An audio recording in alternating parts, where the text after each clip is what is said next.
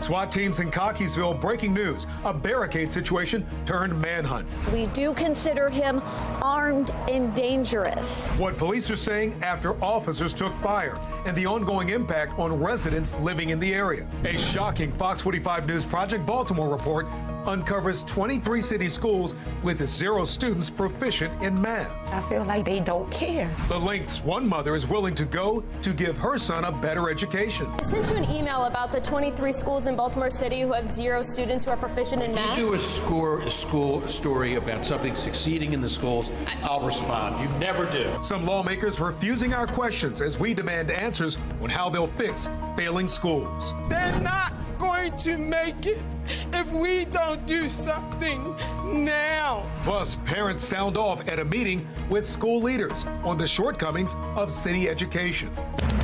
Live from WBFF in Baltimore, this is Fox 45 News at 10.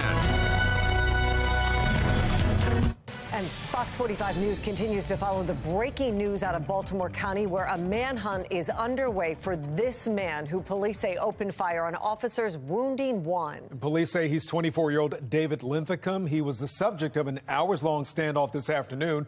Residents are being asked to shelter in place. I'm Mary Bubala. I'm Kai Jackson. Let's get right to Fox 45's Keith Daniels. He's live on the scene with the very latest. Keith.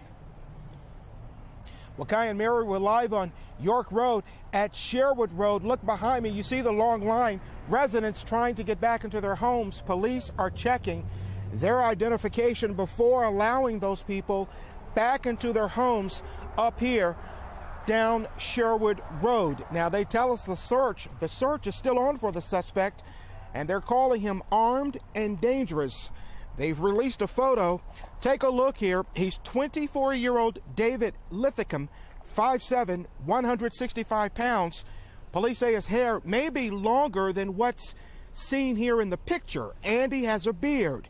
It all started at about 2:30 today, a phone call to police to come to a home on Powers Avenue near Sherwood Road in Cockeysville. A man in crisis. Now then gunfire, injuring an officer. After the shooting, a barricade situation from a neighbor's home. Officers seen in tactical gear surrounding the home, but Linthicum apparently slipped away, alarming one neighbor who's frantically worried about his daughter, who's home alone. I wish to get my daughter bring down in that way she's not terrified and be by herself. Because she if somebody knock on the door, she open the door because she's always mentally challenged, okay?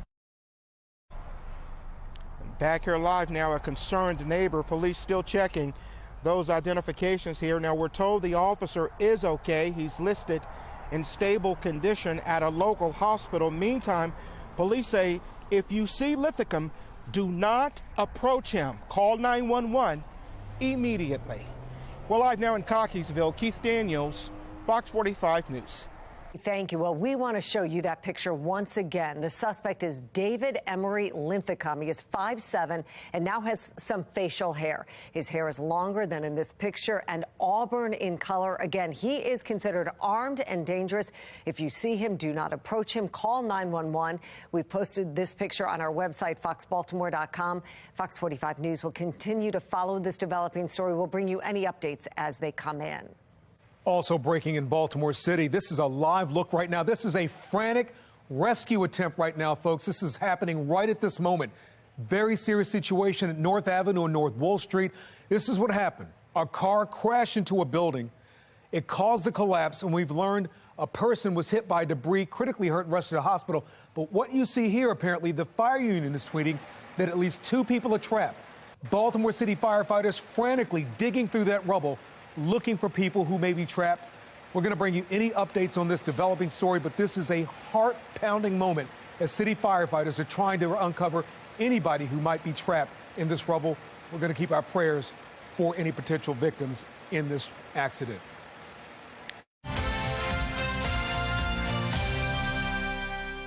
A stunning report from Project Baltimore showing the situation in some Baltimore City schools is dire. Now, usually our Project Baltimore report comes in a little later in our newscast, but tonight we need to bring your attention to this report. It's because it shows 23 city schools have 0 students who tested proficient on the state math exam. 2,000 students in total took this math test at these schools, and not one did math at a grade level. Listen to those numbers.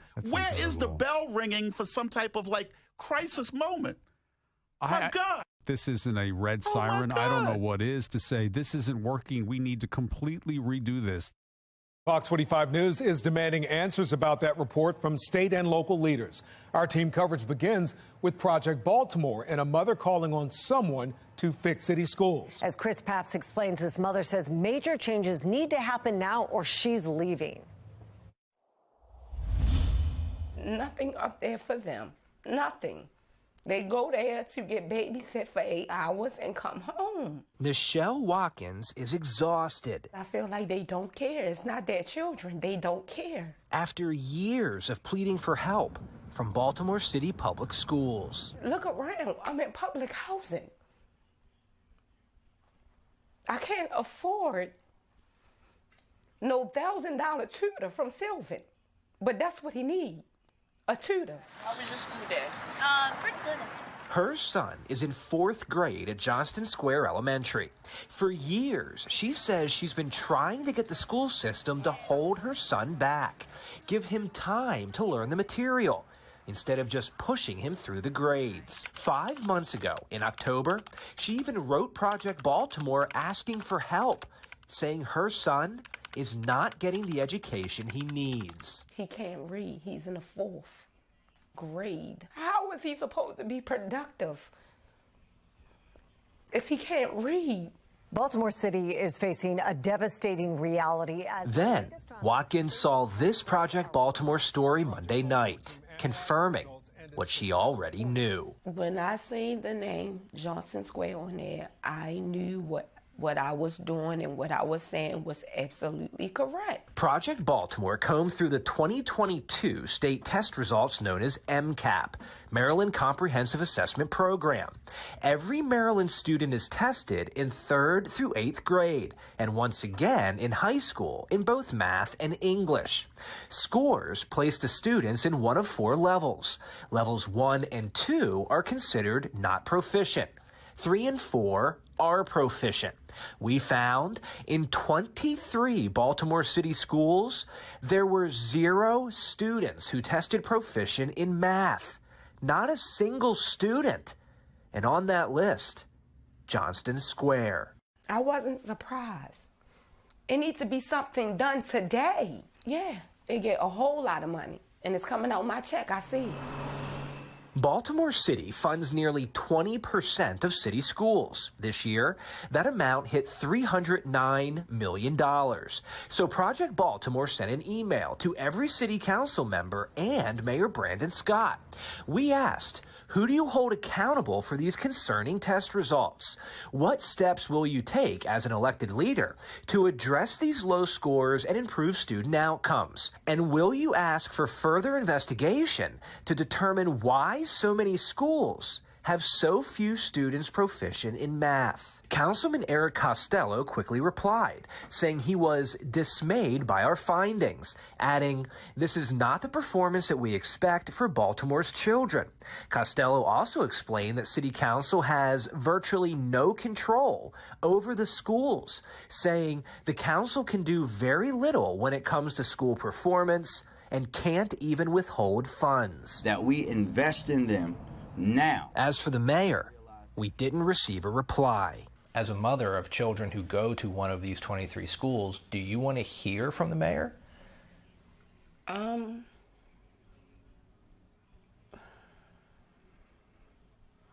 No, not really. I don't. Because what is he going to say? What is he going to do? But make a whole bunch of promises that he's not going to fulfill. So I just feel like that's pointless. I need somebody that's going to do something.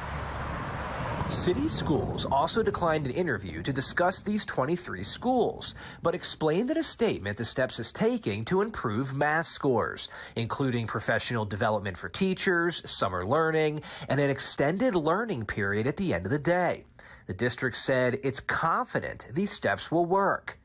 Watkins is not. I have a black son that got to grow up in Baltimore City. That's why I'm so emotional. That means in Baltimore City, you having a black child, a male child at that, is only 2 ways out. You're either gonna be dead or locked up. And I don't want that for my son. Do you think you still need a tutor? Watkins told Project Baltimore she has no hope the school system will ever improve. I want to see hope. I really do. Her plan is to continue working and save money. As soon as she can afford it, she says she's leaving the city.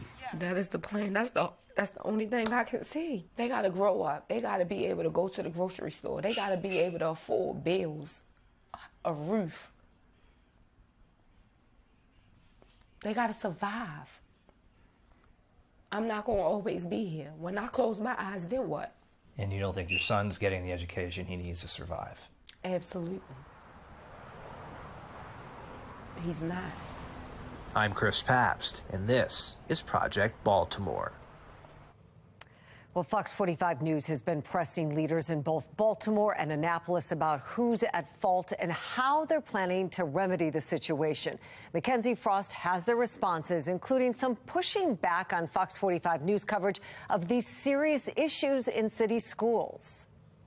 We went from City Hall to the halls here in Annapolis, and some leaders representing Baltimore City simply don't want to talk about some of these students who are failing in the classroom.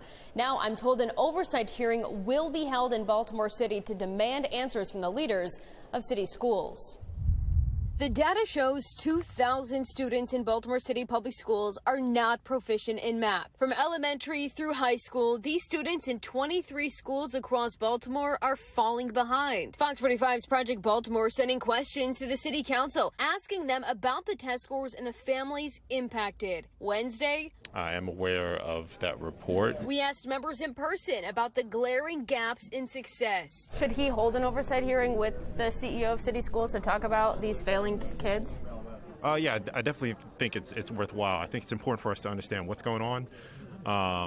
That's the only way for us to actually make any change here. Others inside City Hall, where the council provides oversight and has a hand in the budgeting process, not talking about the problems. My colleague sent an email about the 23 schools in the city who have 0 students who are proficient in math. Yeah, sorry, I'm not talking to any Sinclair affiliate.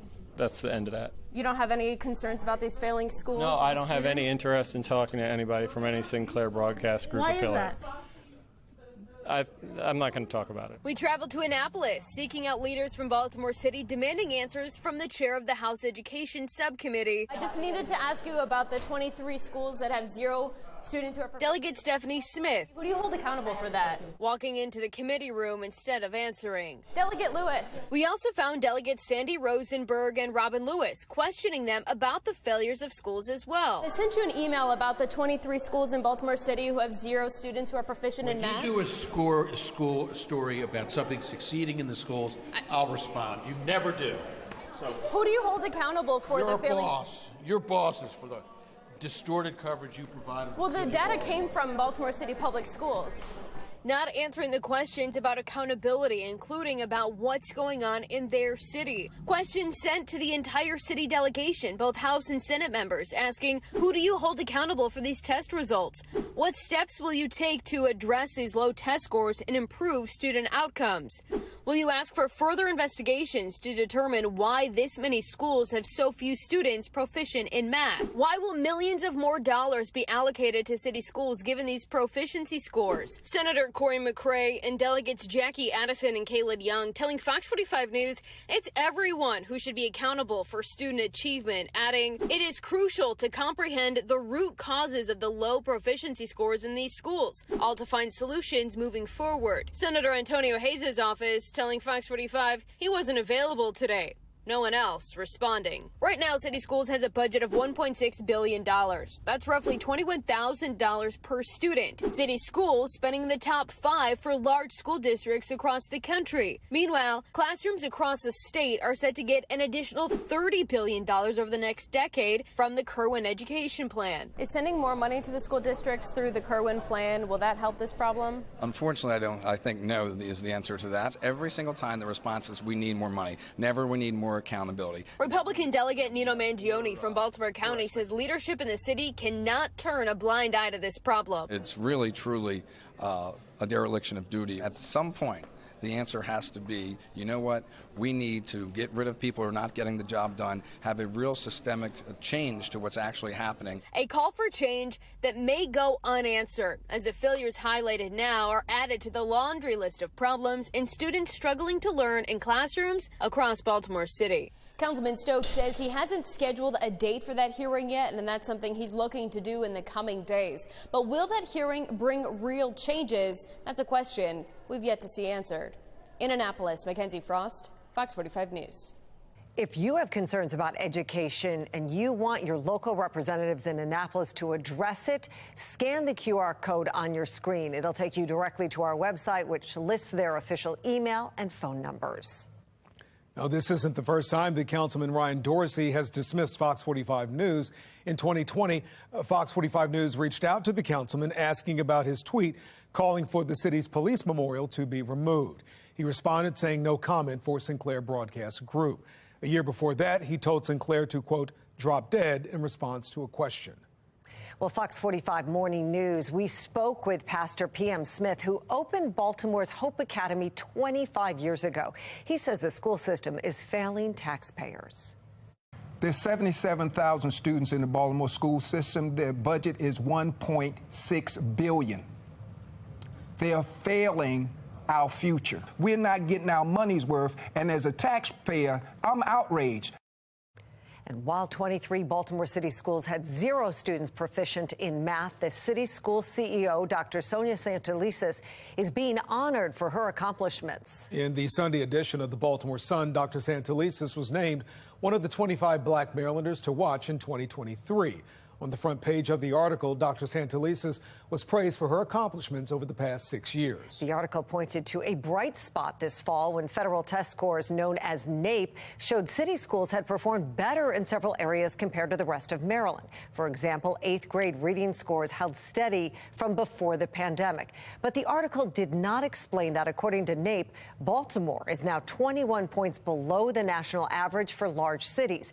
It's an all-time low for the city since national testing began 13 years ago. Dr. Santelises, who is quoted in the Baltimore Sun article, did not agree to an interview with Project Baltimore when we reported those scores back in November. During a family and community forum with the City Board of School Commissioners, some parents we spoke with had a different view of Dr. Santelises than the Baltimore Sun. I have no confidence in Dr. Santelises because where is she? We have a CEO who is in charge of these schools and as well as the school board, and I know complaints have been sent to them and they need to hold themselves accountable. She needs to go. Yes. Fox 45's Jeff Abel pressed school commissioners about the report. He joins us live now with their response and frustration from parents. Jeff? That's right. Many parents at Edmondson Westside High School were fuming tonight after learning that 1 out of 225 students tested there were proficient in math. Some of our kids are afraid, you guys, to go to school. At Edmondson Westside High School, parents were reduced to tears over the state of the city schools.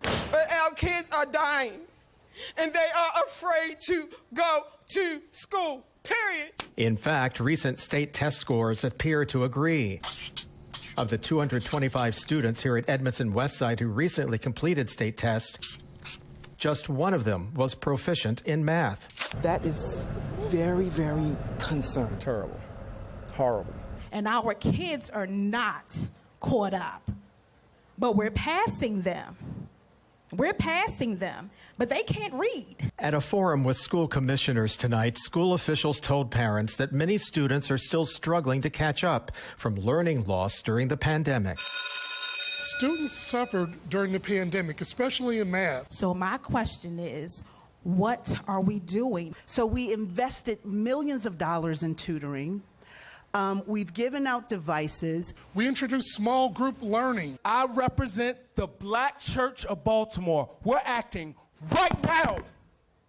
I know COVID had an impact on the academics of kids across Baltimore City and across the state, across the entire country. However, there were problems in Baltimore City schools far beyond the 2 years or 3 years we've had of COVID. Some parents blame the Common Core curriculum. Others blame the school's top administrator. We have a CEO who is in charge of these schools. Do you still have confidence in the CEO? I do. I think that it's maybe easy to point fingers at one individual person. I've sent her email after email. I've sent her letter after letter. I have no confidence in Dr. Santalisa because where is she? She's not even here. We have to do something, you guys. They're not going to make it. They're not going to make it if we don't do something now. Well, this was just one in a string of forums school commissioners are beginning to hold across the city. We're live tonight. Jeff Abel, Fox 45 News. Jeff, thank you. Well, this report is just the latest problem Project Baltimore has reported on. In 2021, they discovered so-called ghost students and grade changing at Augusta Fell Savage High School, which is one of the 23 schools with 0 students scoring proficient on the state math test. Last summer, Project Baltimore heard from 5 families who say their children with disabilities were forced to miss significant amounts of class, but their report card showed fake grades and attendance. Despite those problems, Dr. Santalisa's salary is rising. She earns a base salary of more than $300,000 a year. Project Baltimore found with the perks in her contract, it is up to $445,000. Well, that brings us to our question of the day. Do you trust Dr. Santalisa's to lead Baltimore City schools? So far, 96% of voters say no. Head to foxbaltimore.com/vote and click on the Project Baltimore tab to weigh in. Amid the problems with some city schools, a high-performing Baltimore City charter school is in danger of closing its doors. Fox 45's Rebecca Pryor reports the school CEO says it's all over what he's calling technicalities. Yeah, while the school system hasn't officially revoked this charter, they have said it's a very real possibility, a possibility that now has parents, students, and staff that I've been speaking with up in arms. To know that we may be moving or closing is very disheartening. A month inside the Baltimore City public school system is all it took for Regina James Banks to pull her 4 kids out of public schools and place them into a city charter. Overcrowded classrooms, teachers that are just overwhelmed. It's just too chaotic in the regular Baltimore City traditional setting for me and my family. Here at the Baltimore Collegiate School for Boys, she says her sons are thriving. They take time with the guys here and get to know them and push them forward for the future. But soon this charter may no longer be an option for her children. It's very upsetting. It's just very disappointing. I would hope that we could partner better. The school CEO, Edwin Avent, says an annual review found the charter was suffering in several categories. I would classify them as technicalities. Technicalities, he says, involve things like missing paperwork or simple data entry errors. They were procedural, operational things that we believe can be and have been addressed. However, in the report found on the district's website, the city finding the charter's teaching practices and staffing also falling short. The report reading in part, quote, the operator of Baltimore Collegiate School for Boys has had serious ongoing operational difficulties over the course of the contract, which have affected the safety or well-being of students, staff, or the district. Still, Avent argues the challenges facing his charter are far less concerning than the challenges seen in public schools citywide. I don't think that they rise to the level of closing a school, because certainly if we were a district school and it were the same issues, you wouldn't be closing a district school. And according to Avent, the charter's current graduation rate is around 95%, and their college enrollment rate is well over 50%, much higher than what's seen in city public schools, where only 69% of students graduate and 47% go to college. We don't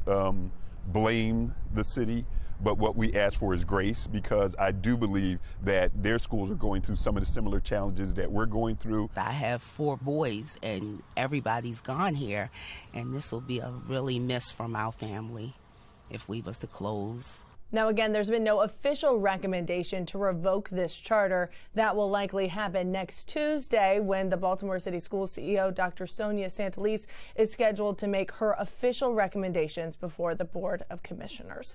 Reporting in Baltimore, Rebecca Pryor, Fox 45 News. Fox 45 News and Project Baltimore committed to uncovering the problems within the Baltimore City public school system.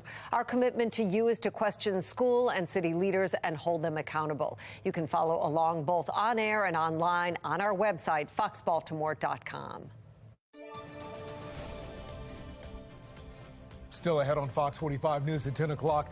We continue to follow the barricade turned manhunt in Cockeysville after police say this man opened fire on officers, then fled. We'll tell you where the search stands. Drones flying overhead along the southern border. And agents say the drones aren't theirs. Who they believe is spying on their operations. Nice and mild weather continues next couple of days, but much colder by the weekend with highs in the 40s and lows closer to freezing. I'm going to let you know when there could be a risk of snow and how much you're going to possibly see. That's in my Weather Authority forecast. Plus, the Baltimore Department of Public Works facing tough questions from city council members as garbage piles up. The agency's response to fixing the problem and filling vacant positions. And as we head to break, we are taking another look at that scene in northeast Baltimore. These are live pictures where a building collapsed, trapping 2 people when a car crashed into the building. A vehicle covered in debris was just removed. Stay with Fox 45 News. We'll have complete coverage coming up after the break.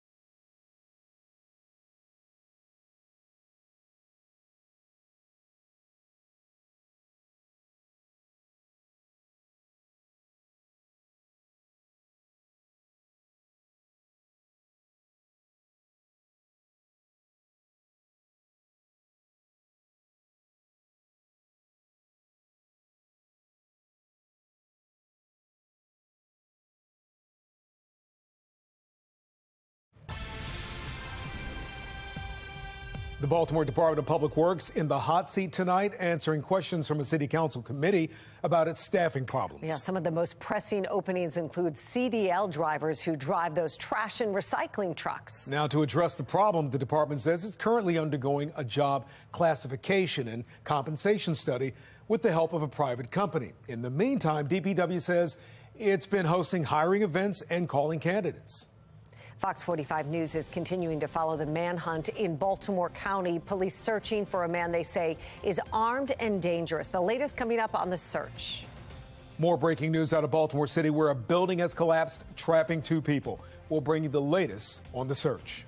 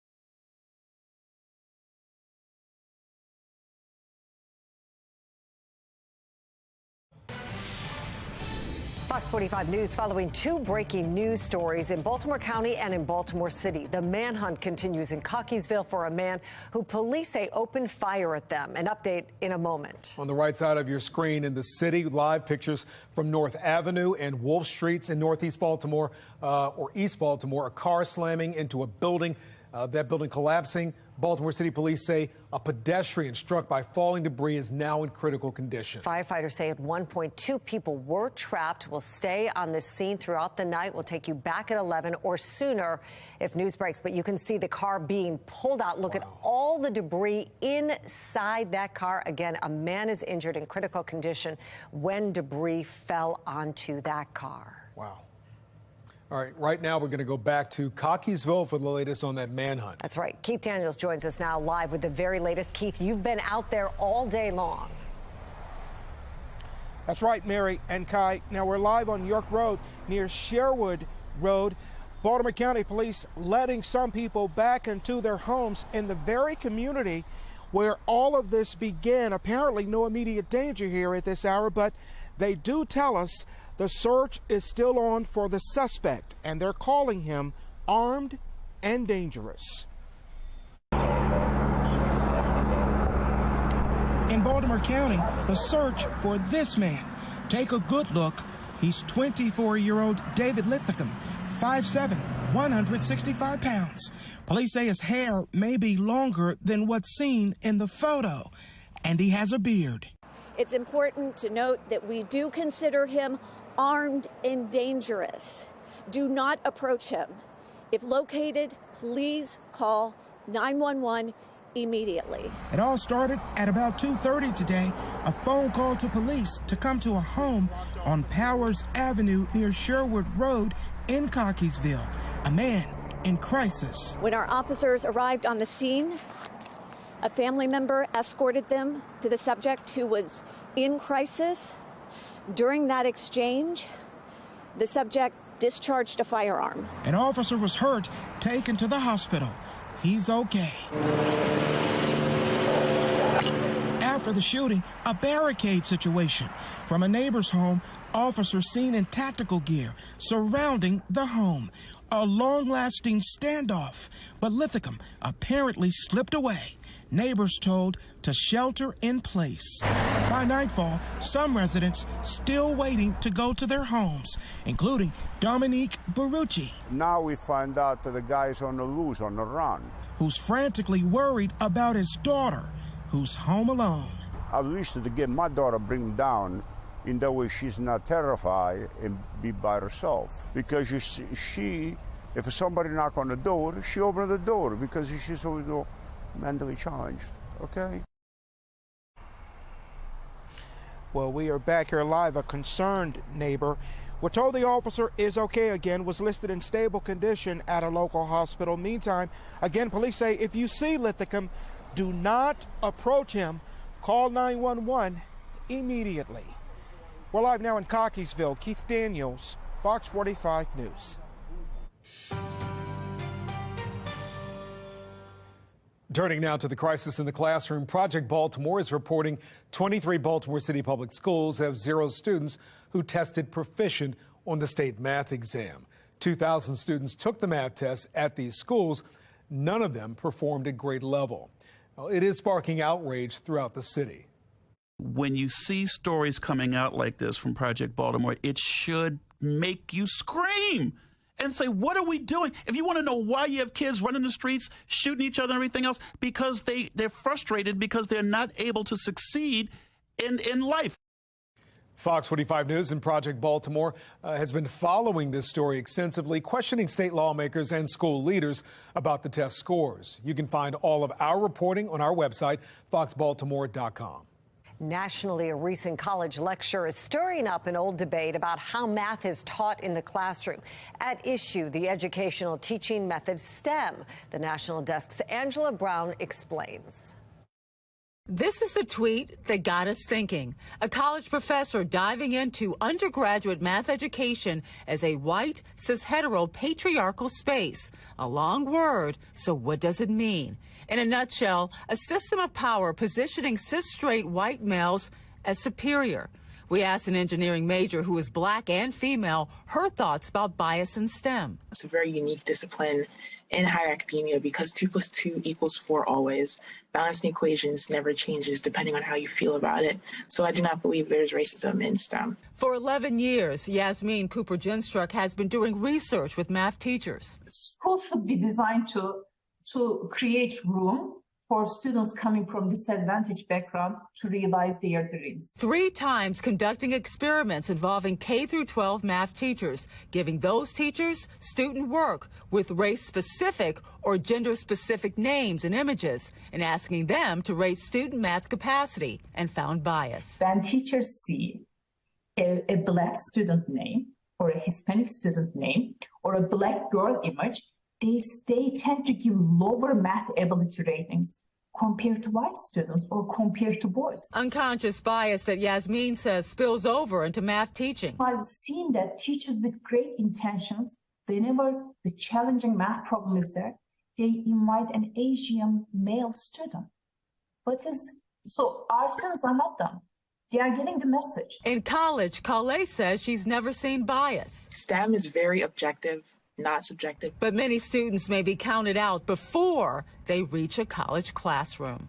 Yasmin's research found that despite the differences in student expectations, the grades were based on the work. Now, for one study, the sample size, 390 K-12 math teachers.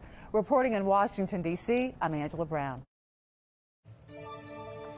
Let's take a look right now at the Fox box. On the top left, more than 10,000 drone incursions have occurred in one border sector over the last year.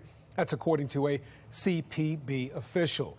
She warns during congressional testimony that cartels use drones to track law enforcement in the Rio Grande Valley. Top right, a Connecticut bill pushed by Democrats seeks to keep certain discussions about gender or race between teachers and students private. Opponents say it's a violation of Freedom of Information Act laws covered by the state. On the bottom left, a New Hampshire bill wants to ban gender-neutral bathrooms in public schools. A Republican state representative who sponsors the bill argues it would keep students safe. Opponents say they want transgender students to use a bathroom affirming their gender identity. And on the bottom right, the Church of England is considering gender-neutral pronouns when referring to God during prayer. Members say Christians have recognized that God is neither male nor female. President Biden said the State of the Union is strong, but what about America's bank account? We take a look at Washington's problem paying the bills for all those big proposals coming up next.